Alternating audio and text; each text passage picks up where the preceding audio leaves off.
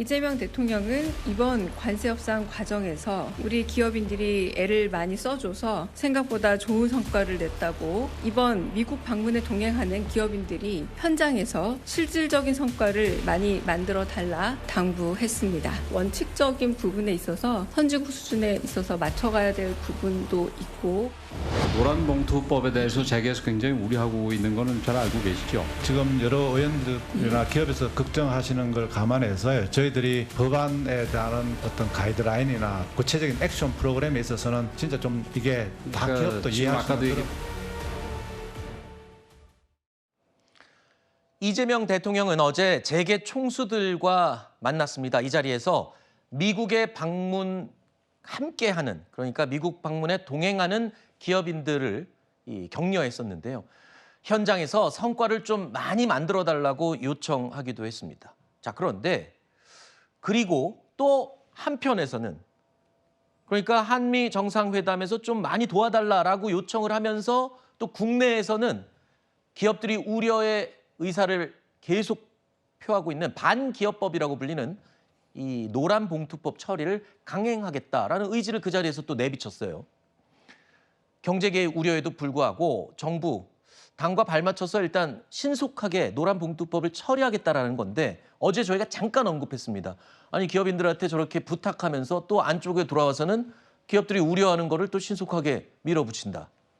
너무 앞과 뒤가 다른 게 아니냐 이런 지적이 있더라고요. 일단 저희는 노란봉투법을 반기업법이라고 칭하는 것 자체에 동의하지 않습니다. 네. 이게 만약에 반기업법이라면 현재 지금 한국의 법 시스템 자체는 반노동법 시스템인 겁니다. 그렇기 때문에 이것을 당연히 기업 측에서는 뭐 우려하는 부분이 있을 수 있습니다. 그렇기 때문에 저는 근데 이게 예를 들면 주한미국 상공회의소에서도 반대했다 이런 이야기들을 많이들 보수 진영에서는 하는데 반대로 이 노동계 측을 대변하는 쪽에서는 다 찬성하고 충분히 필요한 법안이라고 얘기를 합니다. 국제노동기구 ILO 기준에 의해서도 이러한 법안들은 전혀 문제가 되지 않고요. 오히려 대한민국의 수준은 이 법을 통과시킴으로써 노동자들이 기업보다 앞서게 되는 게 아니라 월등히 앞서 있는 기업의 이런 지위를 노동자들이 조금 따라붙는 정도, 이거 균등해지는 것도 아닙니다. 네. 노란봉투법을 통과시킨다고 해서 노동자들의 권리가 기업을 따라붙을 정도, 역전할 정도로 되는 수준도 전혀 아니고요.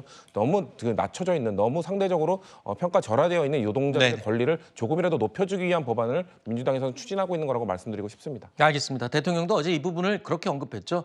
원칙적인 부분에서 선진국 수준에 좀 맞춰야 되는 부분이 있다라고 설득을 하는 부분도 있었습니다. 이 노란봉투법 처리에 한 목소리를 내고 있는 당과 정부. 자, 그렇지만 주식 양도세 대주주 완화 기준을 두고는 지금 각을 세우고 있습니다. 입장이 좀 다르죠. 대주주 10억 때문에 우리 당 지지율이 떨어진다 이런 얘기까지 나오고 세수 때문에 그러신 거예요? 무슨 과세 원칙 때문에 10억을 고집하시는 거예요? 과세, 형평, 효율 이런 식 생각을 가지고 이건 언제까지 여러 가지 들으실 겁니까? 그냥 50으로 결정하시면 좋을 것 같은데.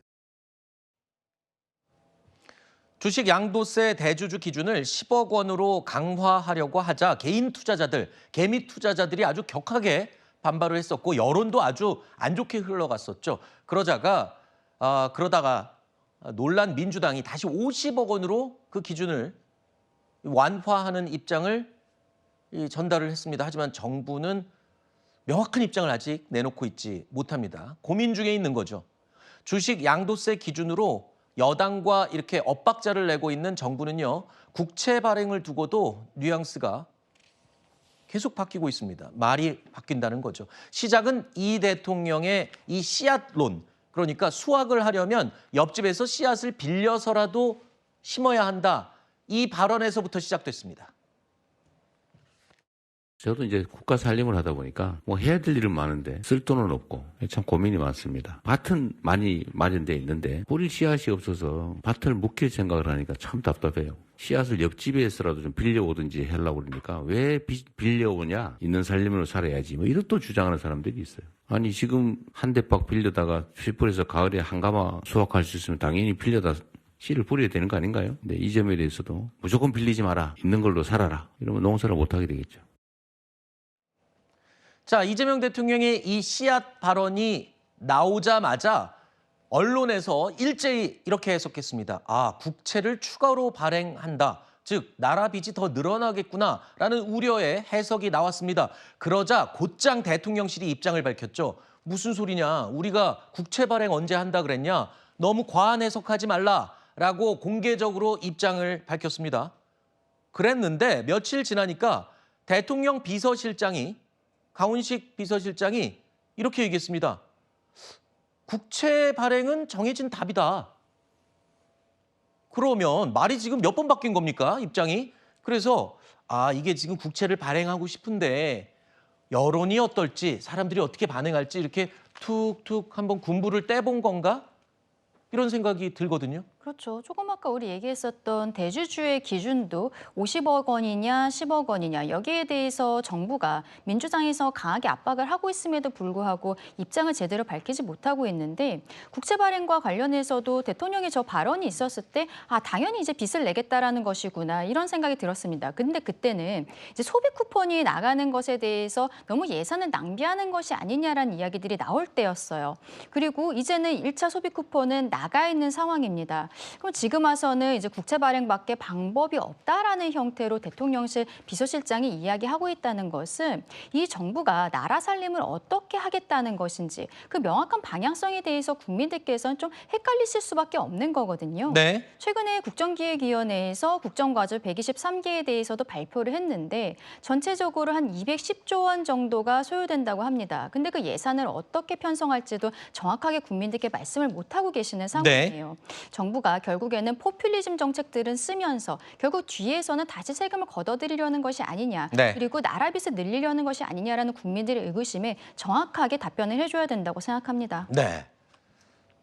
사실 이재명 정부가 추진해야 할 국정과제 123개를 발표하면서 당시에 210조 원 정도의 예산이 필요하다라고 했었고 이 모자라는 돈, 이렇게 목돈을 한꺼번에 만들 수 있는 방법은 국채 발행이 유일해 보인다. 이런 해석이 지배적이었죠.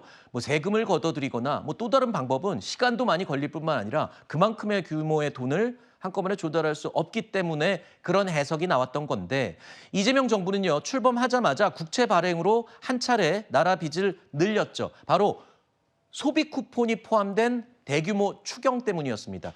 그런데 이제 2차 소비 쿠폰 이 발급을 앞두고 있습니다. 이에 대해서 이준석 개혁신당 대표가 이제 소비 쿠폰 2차 지급은 중단해야 된다라면서 강하게 목소리를 높였습니다. 정부는 최근 2차 소비 쿠폰 지급을 예고하며 돈 살포를 다시 준비하고 있습니다. 결과는 뻔합니다. 물가의 급격한 상승입니다. 소비 쿠폰은 매달 줄 수는 없지만 한번 오른 물가는 다시 내려오지 않을 겁니다. 이는 결국 경기 부양책이 아니라 물가 부양책이 될 수밖에 없습니다. 불을 끄려고 기름을 갖다 붓는 격이 될 겁니다. 새 정부 들어서는 7월 소비 심리가 4년 1개월 만에 최고 수준으로 상승하고 민생 회복, 소비 쿠폰 효과 등으로 카드 매출액이 큰 폭 증가하는 등 소비가 살아나고 있습니다. 이준석 대표가 이 정부가 추진 중인 이 소비 쿠폰이 경기 부양하는 게 아니라 오히려 물가만 올려버렸다라고 지적을 하고 있는 건데 실제로요. 이 소비 쿠폰 발행 영향으로 농산물 가격이 오른 게 아니냐. 안 그래도 오르고 있는 농산물들이 더 오른 거 아니냐. 수박이 하나에 3만 원 넘고요. 배추가 7천 원이면 정말 충격적입니다. 한 3, 4천 원. 쌀 때는 2천 몇백 원 할 때도 있었는데 7천 원까지 배추값이 올랐다는 겁니다. 아까 제가 여쭤봤던 그 질문. 네. 국채 발행에 대해서 일단 정부의 발언, 대통령실의 발언, 오락가락하는 부분, 그리고 또 저렇게 이 소비 쿠폰의 효과, 아직 명확치 않은 상황에서 또 2차 소비 쿠폰을 그것도 국채 발행을 통해서 만약에 한다. 이거에 대해서는 계속 나라 빚만 늘리면서 포퓰리즘으로 가는 게 아니냐. 이런 지적이 있을 수 있어요. 일단 국가 재정, 나라 빚과 관련해서 먼저 말씀을 드리면 민주당 기본 원칙은 그겁니다. 지금 수술을 받아야 되는 상황이다. 그 정도로 경기가 좋지 않다. 수술을 받아야 되는데 돈이 없다고 수술 비용을 부담하지 않겠다라고 하는 건 죽고자 하는 거나 마찬가지다라는 겁니다. 저희는 빚을 내서라도 어떻게든 수술을 받아서 이 무너져가는 경기를 회복시키는 것이 나중에 빚을 갚을 수 있는 그 동력을, 힘을 만들어낼 수 있다는 기본 원칙을 갖고 있다는 말씀을 드리고 네. 아까 국채 발행과 관련돼서 오락가락하고 있다 말씀하셨는데 근데 저는 오락가락이라는 표현에 동의를 하지 않고요. 네. 대통령께서는 국채 발행까지도 다 검토해 봐야 되는 것 아니냐라는 말씀을 하신 거고. 근데 왜 대통령실에서는 국채 발행 이거 과한 해석이다. 언론들한테 그렇게 얘기하지 마라. 그러니까 막 정해진 게 아니라는 거죠. 왜냐면은 대통령이 자 국채 발행해 한다고 국채 발행이 되는 게 아닙니다. 기업에서 충분한 검토와 지금 이 정도 상황이라면 왜냐면 지금 2025년도에 국가 예산은 누가 정했습니까? 작년에 윤석열 정부와 그리고 그 국회에서 이렇게 통과시킨 것 아니겠습니까? 야당이 반대하기도 했던. 그렇게 해서 그대로 통과시켰거든요. 윤석열 네. 정부가 제출한 거를 그냥 삭감하고 그대로 통과시켰단 말이에요. 네네. 그러니까 삭감한 부분은 또 뭔가 특활비 관련된 부분이었고 그렇기 네. 때문에 지금 이재명 정부가 하고자 하는 일과 지금 예산의 규모가 맞지 않을 수도 있죠. 2025년 첫 해이기 때문에 네. 그런 부분을 좀 감안해 달라는 말씀을 드리고 싶고요. 그리고 이준석 대표가 지적한 부분 저는 뭐 충분히 수용할 수 있는 부분도 있다고 생각합니다만 네. 그 물가 상승이 우리가 아까 화면에서도 봤지만 폭염, 폭우 이 다른 원인도 분명히 있고 네. 지금 1차 소비 쿠폰의 이 영향, 분석 이런 것들 아직 이루어지지도 않았거든요. 네. 그러면은 분석하고 2차 해야 되는 건 아니라고 말씀은 지금 1, 2차를 이미 연달아 하기로 한 상황이기 때문에 네. 이걸 함께 한 다음에 이 종합적으로 평가를 할 것이다라는 말씀드리겠습니다. 알겠습니다. 저기서도요 소비 쿠폰 때문에 물가가 예, 올렸다라고 얘기하는 건 아니고 이제 물가가 오르는데 소비 쿠폰도 영향을 일부 줬다 이런 주장이니까요. 정확하게 제가 그렇게 말씀드리고 아까 또 이 예산 국채 발행 등을 통해서 소비 쿠폰 하는 거를 아까 수술에 비유를 하셨는데 예. 수술을 엉뚱한 데 수술하면 안 되죠.